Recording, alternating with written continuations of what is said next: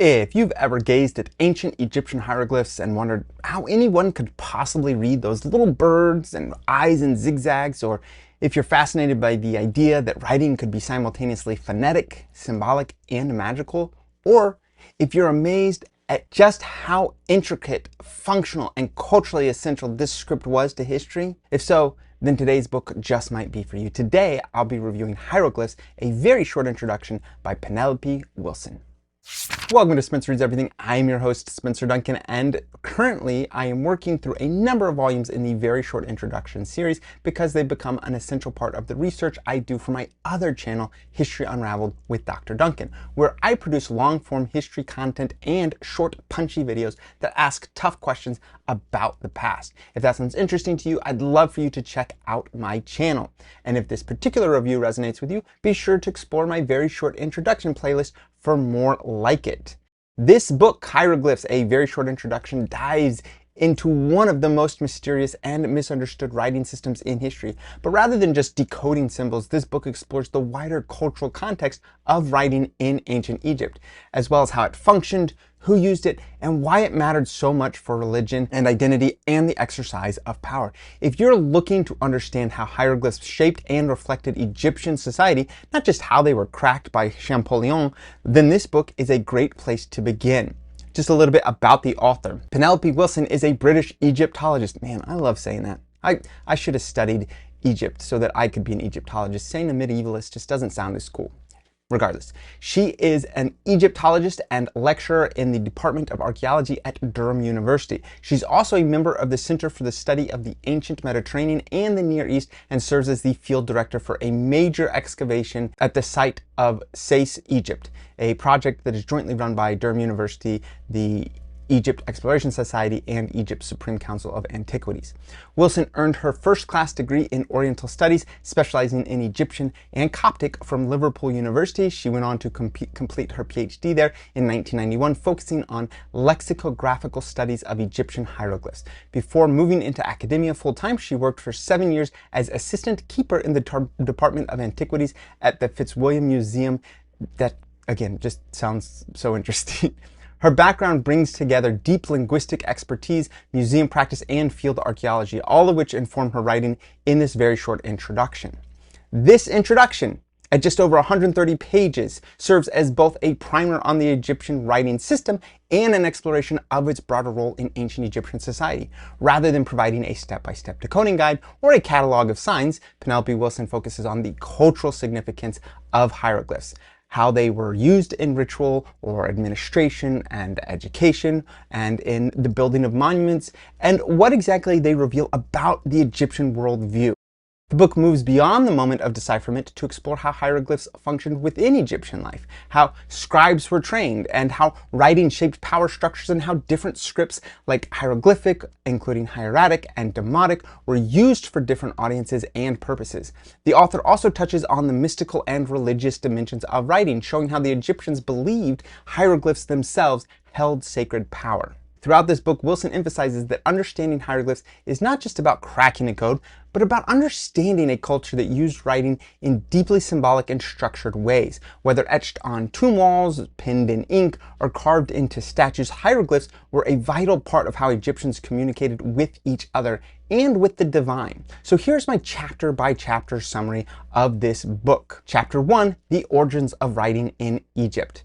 In this chapter, the author begins with the emergence of writing in Egypt around 3300 BCE, and she explores whether it developed independently or was influenced by Mesopotamian cuneiform. She emphasizes the earliest uses of writing, not for literature or history, but for administrative and ritual purposes. Writing was closely tied to the rise of the Egyptian state, and it reflected both economic control and divine authority. Wilson reminds readers that writing in Egypt was never a neutral tool. It was embedded in religion and power from the start. Chapter 2, Hieroglyphic Script and Egyptian Language. This chapter breaks down how hieroglyphs actually work. Wilson explains that the script combines phonetic symbols, ideograms, and determinatives, making it a complex multi-layered system. She highlights how hieroglyphs were often intentionally ambiguous or poetic, and reinforcing the Egyptian preference for layered meaning. Wilson also explores the development of hieratic and demotic scripts used for everyday and bureaucratic contexts, contrasting with the more formal and symbolic role of hieroglyphs. Chapter 3, Hieroglyphs and Art. Here, Wilson dives into the unique visual culture of Egyptian writing. Hieroglyphs weren't just text, they were visual elements in artwork. They were designed to integrate with the architecture and iconography around them. Orientation and symmetry and balance mattered greatly. Hieroglyphs often faced toward the center of a scene or mirrored its visual flow. This blending of art and language reinforces how foreign the Egyptian worldview can seem to modern readers, and how deeply their writing was woven into the aesthetics of ritual and permanence. Chapter 4, I Know You, I Know Your Names. This chapter explores the religious and magical dimensions of writing. Names in particular held power. To name a god, a demon, or even a deceased person in writing was to invoke them. So Wilson examines the famous Book of the Dead and other funerary texts as not just narratives, but as functioning spells designed to ensure survival and transformation in the afterlife. She illustrates how writing became a bridge between worlds, used not just to describe, but to enact metaphysical reality. Chapter 5, Scribes and Everyday Writing. Wilson shifts from sacred to secular uses of writing, introducing the figure of the scribe as both a bureaucrat and cultural gatekeeper. She discusses education, the prestige of scribal training, and the materials used, including papyrus, ink, reed pens, and despite the high symbolic status of hieroglyphs, most actual writing in ancient Egypt was done in cursive scripts by trained professionals who copied documents, who wrote letters, and who managed economic transactions. This chapter gives a grounded human dimension to the Egyptian writing culture. Chapter 6, The Decipherment of Egyptian. This is a brief but fascinating overview of the modern rediscovery of hieroglyphs. Wilson walks through the role of the Rosetta Stone, the contributions of scholars like Thomas Young, and the final breakthrough by Jean-François Champollion. She highlights how understanding hieroglyphs changed the Western view of Egypt from a mysterious mystical land to a literate, bureaucratic, and historical civilization. Still, Wilson notes, there is much that is yet to be understood, and interpretation remains tricky even with today's tools. I have another video that I will be making relatively soon about one of the great courses that touches upon the creation of the alphabet with John McWhorter. And he actually goes into a little more detail about the translation of hieroglyphs and talks a little bit more about the Rosetta Stone. And he makes the point that even with the ability to translate hieroglyphs, there is still very much an artistic element and a very interpretive element to being able to understand hieroglyphs. And so he gives you this example. He reads something that is translated literally and it makes no sense. And so then he gives another version of it in which you can see that yes, it takes a lot to get from what the literal translation was to what this person had interpreted it to mean.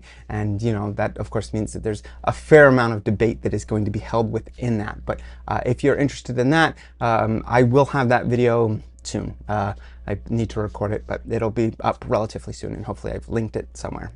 If not, please just go check out my great courses playlist. I think that you will probably find lots of things interesting in there. In Chapter 7, Hieroglyphs in the Modern World, the final chapter explores Egyptomania and the symbolic use of hieroglyphs in modern contexts. From Art Deco design to New Age spirituality, the author critiques romantic and exoticized views of Egyptian writing while acknowledging the fascination it continues to inspire.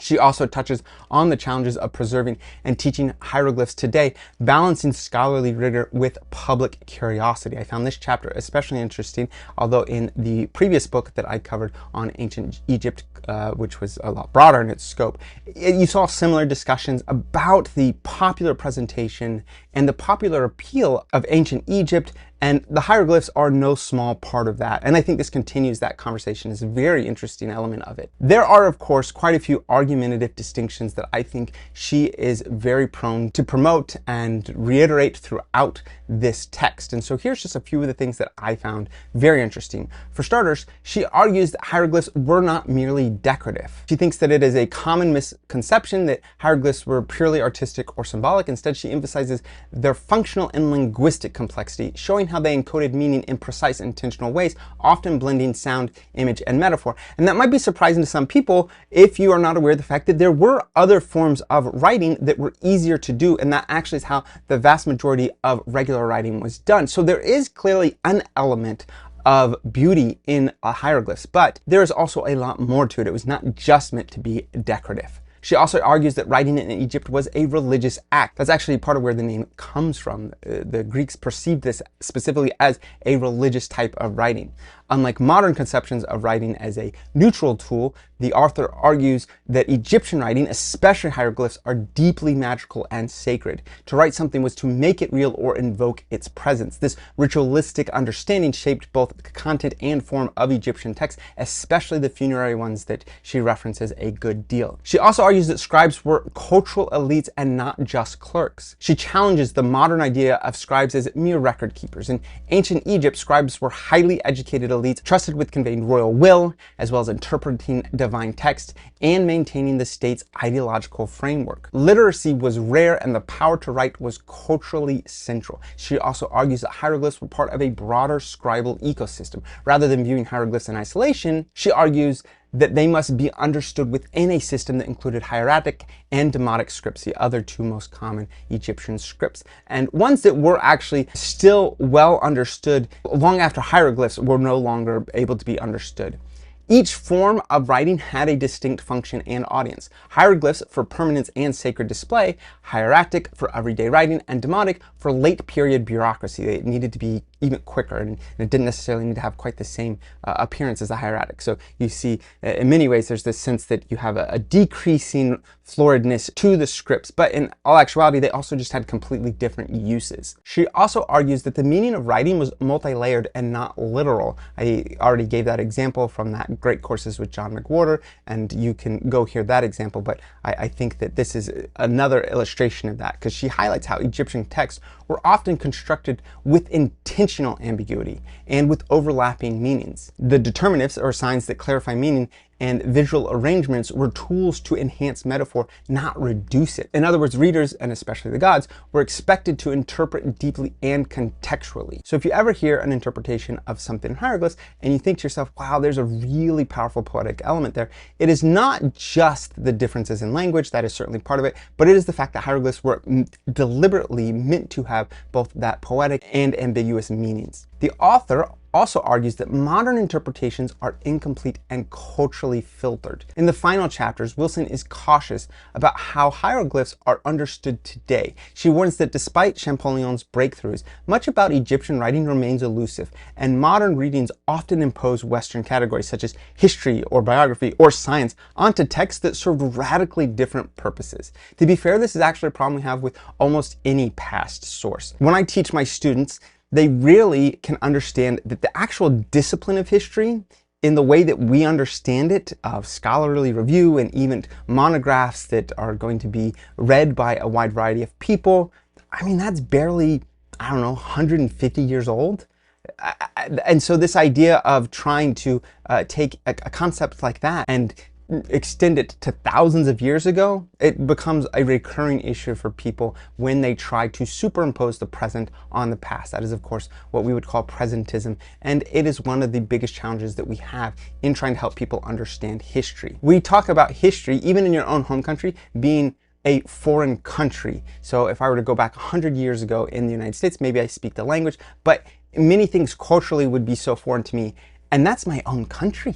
I can't even imagine trying to extend that to a place thousands of years ago and so much farther away. This is actually one of the issues that we have when we consider what influences supposed civilizations. So Western civilization is actually the premise of my current series that I am teaching over on my other channel. And one of the problems there is that there is no clear definition of what the heck Western civilization is. As a matter of fact, many of these sources that I've been consulting to look into Mesopotamia and into cultures that are going to lead into the most common origin point of Western civilization in Greece, it is frequently going to actually argue that they feel like they have just as much of a place being considered the origins of Western civilization as ancient Greece does. And that is in many ways a totally arbitrary place to choose to say this is where Western civilization begins, because again, it is so dramatically different from the world in which I currently live. And that connective tissue is very thin in some places at best. So here are just a few of the fun facts that I came across as I was reading this book. There were just a few things that stuck out to me. I'm sure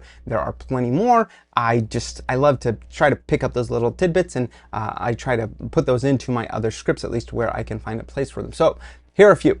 There are over 700 hieroglyphic signs. By the end of the Pharaonic period, ancient Egyptians had over 700 different hieroglyphs, some of which were used only in very specific religious or royal contexts. That's a far cry, of course, from the 26 letters we use today, although that's a little misleading because in addition to our 26 letters, we use all sorts of other things, not to mention the numbers that we would use, our punctuation. So it is, of course, a little misleading, but the point remains that a hieroglyphic way of writing is still significantly different than an alphabet. Another interesting thing is you can read hieroglyphs in any direction. Hieroglyphs can be written left to right to left, or in columns, and the direction of the figure's face tells you which way to read. So if the birds and the people face left, you read from left to right. If they face right, then right to left. This is not entirely unique. You actually have quite a few of the languages, scripts, and alphabets throughout the world. The farther back in time you go, the less standardization you have, and so you will have a similar ambiguity in the way you might read them. Or for example, ancient Greek, as I recall, they would usually start from like left to right, but then they would go right to left, going backwards. And so you have a variety of ways that stuff could be written, and it took a while for things to get standardized. And of course, hieroglyphs was no exception. Hieroglyphs had no vowels. Ancient Egyptian writing didn't include vowels, only consonant sounds were written down. This makes pronunciation tricky for modern scholars who often have to reconstruct the vowels based on later languages or guesswork. This is not uncommon. Many people think that Semitic is a language family. It's not. It's actually a subfamily within the larger Afro-Asiatic languages, which Egyptian is a part of. So they are distant cousins, and that shouldn't surprise you because your Semitic languages also do not include vowels. So that is not a new issue. It is going to be one of the things that makes the Greeks distinct, is adding those vowels. But that is much farther down the road. I will eventually get to that in some of these works. The word hieroglyph means sacred carving. The word hieroglyphs means sacred carving. I already mentioned this, that in Greek, hieros literally means sacred and glyphin literally means to carve. Even the ancient Greeks understood that there was a sacred and a religious element to hieroglyphs. Of course, most people know that the Rosetta Stone was the key to unlocking hieroglyphs. Before the Rosetta Stone was discovered in 1799, hieroglyphs were a total mystery. Matter of fact, some people didn't even think that it was writing. And even when they did start to translate the Rosetta Stone, there was still a lot of questions about what was actually writing, what was just putting people's names. I don't know if you know this, but the key, the big thing that shaped it was the recognition that, well, so first of all, the Rosetta Stone has 3 different languages on it, including Greek, and so people were very familiar with the Greek and they could read that, and then they'd see the hieroglyphs. And the big giveaway, the place where they were finally able to get a major breakthrough, even though it was still a long time before they could finish figuring everything out, was in the names. In the proper names in hieroglyphs, you would see what we call a cartouche, which comes from the French for a shell, like a shotgun shell. And so they noticed that proper names were in a cartouche, and they were able to use that to then work their way backwards with the other 2 scripts and finally start to decipher. And as I already mentioned, Champollion is the one that famously is able to really start the translation in earnest. Although, as I've pointed out several times, it is still not fully translated. There's lots of times where there's just too much ambiguity. And as steady as the Egyptian culture was throughout time, it was not totally stagnant. So just the different time periods are going to see variations in the writings, and so all those things can make it a little harder. I'm not sure I mentioned, but the 3 languages on the Rosetta Stone are ancient Greek Demotic, which I already mentioned was another form of writing for Egyptian, the language, and then of course hieroglyphs. And that provided the comparison that really allowed Champollion to finally crack the code. We have many ancient languages that have never been translated.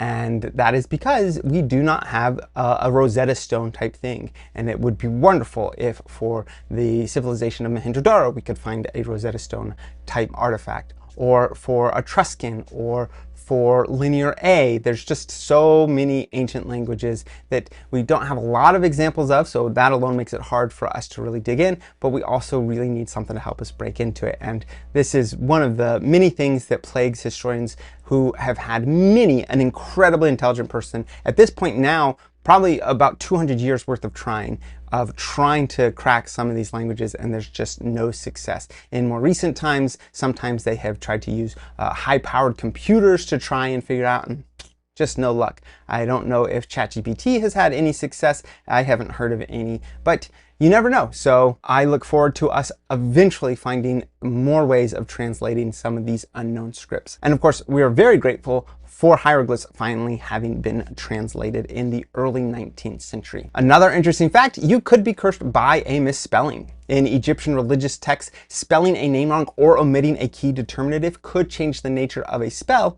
or even invoke the wrong being. So accuracy was not just about grammar. It could literally mean the difference between life and death in the afterlife, according to the Egyptians. I really enjoyed this book. Unlike the broader sweep of ancient Egypt, a very short introduction, which, of course had to cover thousands of years and a multitude of cultural, political, and religious developments in just over 100 pages, this volume allowed me to focus on a single, deeply significant aspect of Egyptian civilization, as well as a key part of the Egyptian civilization that has lived on in our culture and our collective imaginations. So I found this opportunity to look at their writing system so very engrossing. I think spending a whole book on hieroglyphs gave me the opportunity to slow down and really engage with how the Egyptians themselves thought about language, as well as symbols and meaning, and even the sacred power of writing, something that I am frequently stressing.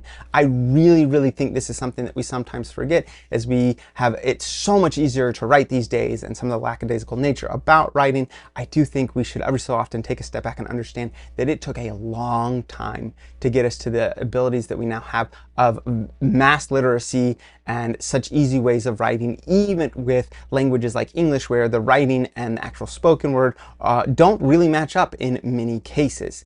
I would say that the author's careful explanation really helped me to consider hieroglyphs in a way I had not really thought of before, not just as a communication tool or visual art, but as something alive with the cultural fabric of Egypt. And so it's a great example of how narrowing the focus can actually expand your understanding, at least in this context. So it's a great example of how narrowing the focus, I feel like, can actually expand your overall understanding. So who is this book for? Well, it is just like most of the books for a very short introduction. It's perfect for readers who want to go beyond that surface level fascination with ancient Egypt and to dig into one of its most defining features. And so if you're a student of archaeology or linguistics or religious studies, or just someone with a curiosity about how ancient people communicated through writing, this book will give you a compact but a meaningful entry point. It's also a great resource for anyone doing research on Egypt who wants to better understand the symbolic and practical uses of writing in Egyptian culture. Because it's written by a scholar but in a generally accessible tone, it works well for thoughtful general readers or early stage students looking to deepen their grasp of ancient Egyptian systems of knowledge.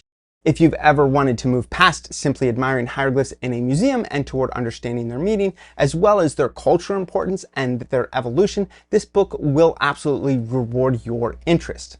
Who is this book not for? Well, this book probably isn't the best choice for readers hoping for a casual or a pop cultural inflected introduction to hieroglyphs. I don't know about you, but I have been to many museums that have had machines or stamps or whatever that let you try to spell out your name. That is not quite how this book is going to work. So if you're looking for mysteries or mummies or just like secret symbolic codes, like, I don't know, a la Indiana Jones or the Mummy franchise, this book really won't deliver in that kind of cinematic thrill. It's also not for those who are looking to quickly pick up how to read hieroglyphs for fun. Well, it does explain the system well. It's not a guide to actually learning the language. More broadly, this book may not resonate with readers who aren't prepared to sit with the nuance and complexity that hieroglyphs require. And I don't just mean in order to understand and read it, but I really mean the ability to appreciate it in all of its glory, and not just as another form of writing, but what it meant to the Egyptians, what it has meant to our popular imaginations, and what it means for the legacy, not just of Egypt in and of itself, but for the rest of humanity as we consider our past and we consider our forebears, especially in great civilizations like the Egyptians. All in all, Hieroglyphs, a very short introduction. It is a tightly focused and insightful book that offers a deeper look into one of the most iconic writing systems in human history. And Penelope Wilson doesn't just walk you through how hieroglyphs functioned, she helps you see how they were woven into the very fabric of Egyptian religious, political, and cultural life. So if you're looking for something specific to deepen your understanding of ancient Egypt beyond the general survey volumes, this book is a rewarding read. I came away with a much more nuanced appreciation for hieroglyphs, not just as beautiful inscriptions, but as meaningful expressions of a worldview. course, I would love to hear your thoughts on this book or any of the author's other works, or if you've read the broader take on Egypt by Ian Shaw, or even maybe Amanda Podani's volume on the ancient Near East. I'd love to hear your thoughts. Please let me know in the comments. And again, if you're enjoying this video, be sure to check out my very short introduction playlist for more videos like it. Also, please check out my other channel, History Unraveled with Dr. Duncan. Or if you want another similar playlist to this one, check out my Great Courses playlist. That is, of course, all in service of my channel, History Unraveled with Dr. Duncan. I have plenty of other reviews, many of which are not academic at all, that I also highly recommend if you would like more takes on other books. And if you are enjoying this video or any of my videos, please share them. The more people that know about my channel, the more videos I can make. And don't forget to like, subscribe, turn on those notifications, and until next time, keep those pages turning.